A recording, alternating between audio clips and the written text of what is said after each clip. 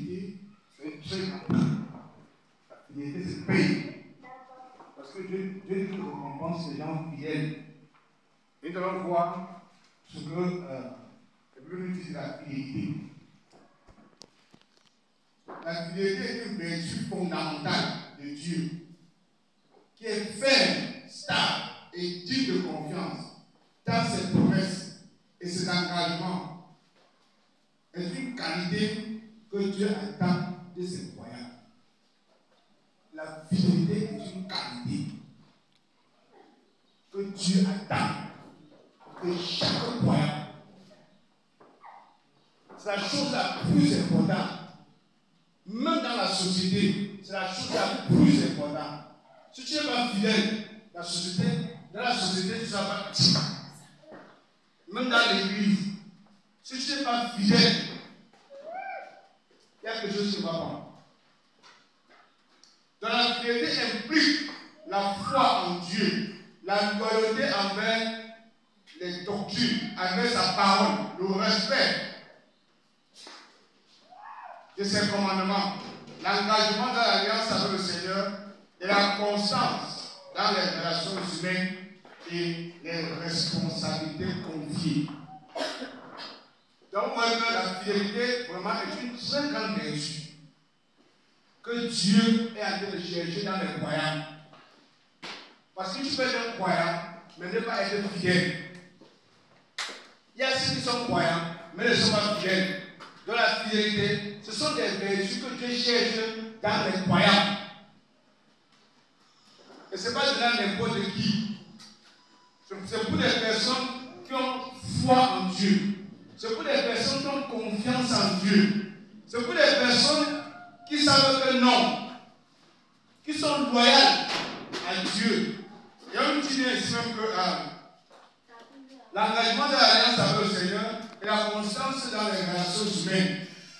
Même dans les relations humaines, n'est-ce pas? La fidélité d'un grand peuple.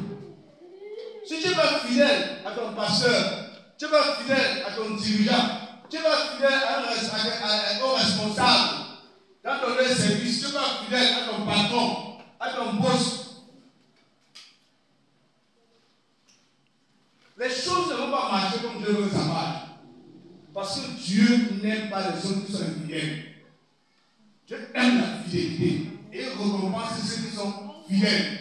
Donc j'ai décidé, j'ai choisi de rester fidèle à Dieu, de rester fidèle, même s'il n'y a personne de Dieu, c'est rester fidèle. Parce que Dieu cherche des gens qui sont engagés, des gens qui sont déterminés, qui ont confiance en lui, des gens qui savent que non, fidèle, c'est le nom de l'Éternel. La Bible dit que Dieu s'appelle fidèle. Alléluia. Amen. Amen. Gloire à Dieu. Amen. Donc nous allons regarder dans Malachie chapitre 3, à partir du verset 13. C'est pas long, c'est très précis. Alléluia. Amen. Amen. Malachie chapitre 3, à partir du verset 13. La Bible dit: vos propos contre moi sont durs, dit l'Éternel. Et vous demandez quel propos avons-nous proféré contre toi? Eh bien, vous avez dit, il est bien inutile de servir Dieu, et qu'avons-nous gagné en lui obéissant et en menant le deuil devant le Seigneur des armées célestes. C'est pourquoi, maintenant, nous estimons heureux les arrogants, car ceux qui font le mal prospèrent, tout en mettant Dieu au défi, ils s'en sortent bien. Alléluia. Ici, nous sommes en train de voir les gens qui sont en train de se plaindre. Ils se plaignent. Moi, j'appelle ça les plaintes, les murmures vis-à-vis de Dieu. Parce qu'ils ne connaissent pas Dieu. Que depuis que nous sommes en sait Dieu, qu'est-ce qu'on a gagné? Depuis que nous sommes toujours là, qu'est-ce qu'on a gagné? C'est pour ça que les églises sont vides aujourd'hui. Parce qu'ils se disent que depuis que je sais Dieu, qu'est-ce que j'ai gagné? Voilà même les gens du monde qui sont là, ils ne servent pas Dieu et ils prospèrent et même Dieu les défie. Et la plupart des gens, ils pensent comme ça. Ils doutent de la fidélité de Dieu. Ils doutent de ce que Dieu est capable de faire. Donc à ceux qui doutent du bien fondé d'une vie dans l'obéissance à l'Éternel, parce qu'ils constatent que le méchant s'en tire mieux que les fidèles. Donc ils doutent. Pour lui, c'est un constat. En tant que croyant, il se dit que non, je sais de constater que les non-croyants prospèrent plus que les croyants. Ils réussissent dans leur mauvaise foi. Bon, moi, je sais Dieu pourquoi. Qu'est-ce que je gagne en servant Dieu? C'est pour ça que les églises sont vides. C'est pour ça que les feux ne sont plus scellés. C'est pour ça que les feux ne sont plus engagés. Parce que leur cœur, n'est-ce pas, cherche que le présent. Leur cœur veut que le présent. Leur cœur veut que ce qui va se passer là. Ils veulent que non, ce qu'ils sont en train de voir non croyants là, ce qu'ils sont en train de voir les gens méchants avoir, ils veulent aussi avoir ça là.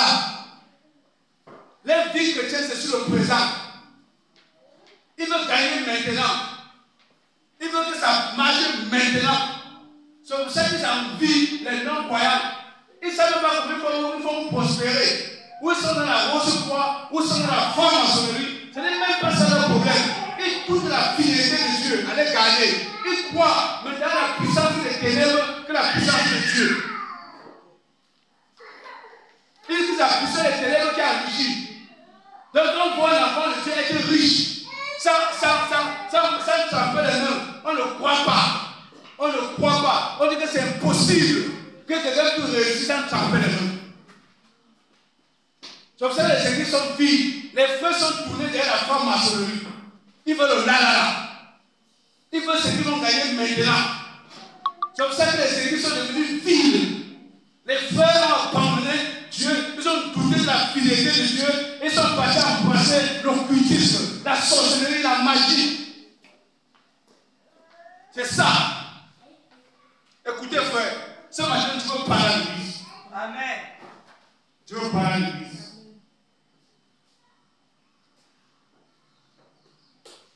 Faisons beaucoup attention. Faisons beaucoup attention. Ne doutons pas de Dieu. Ne doutons pas de sa fidélité.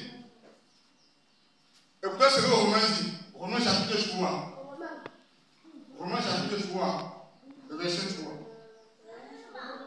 Alors on le remet sur la chaîne.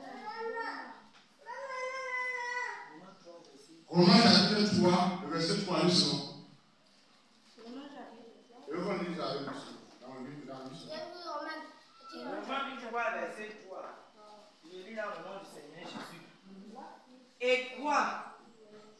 Si quelqu'un n'a pas cru, et quoi? Si quelques-uns n'ont pas cru, leur incrédulité anéantira-t-elle la fidélité de Dieu? Car. Alléluia. Amen. Amen. Amen. Elle dit, que faut-il alors dire?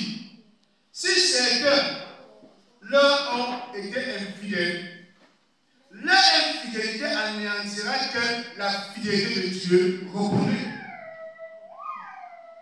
Hein? Donc, attends, ça veut, si certains n'ont pas cru, hein? Si certains n'ont pas cru, donc ça veut dire que le fait qu'ils n'ont pas cru anéantit la fidélité de Dieu.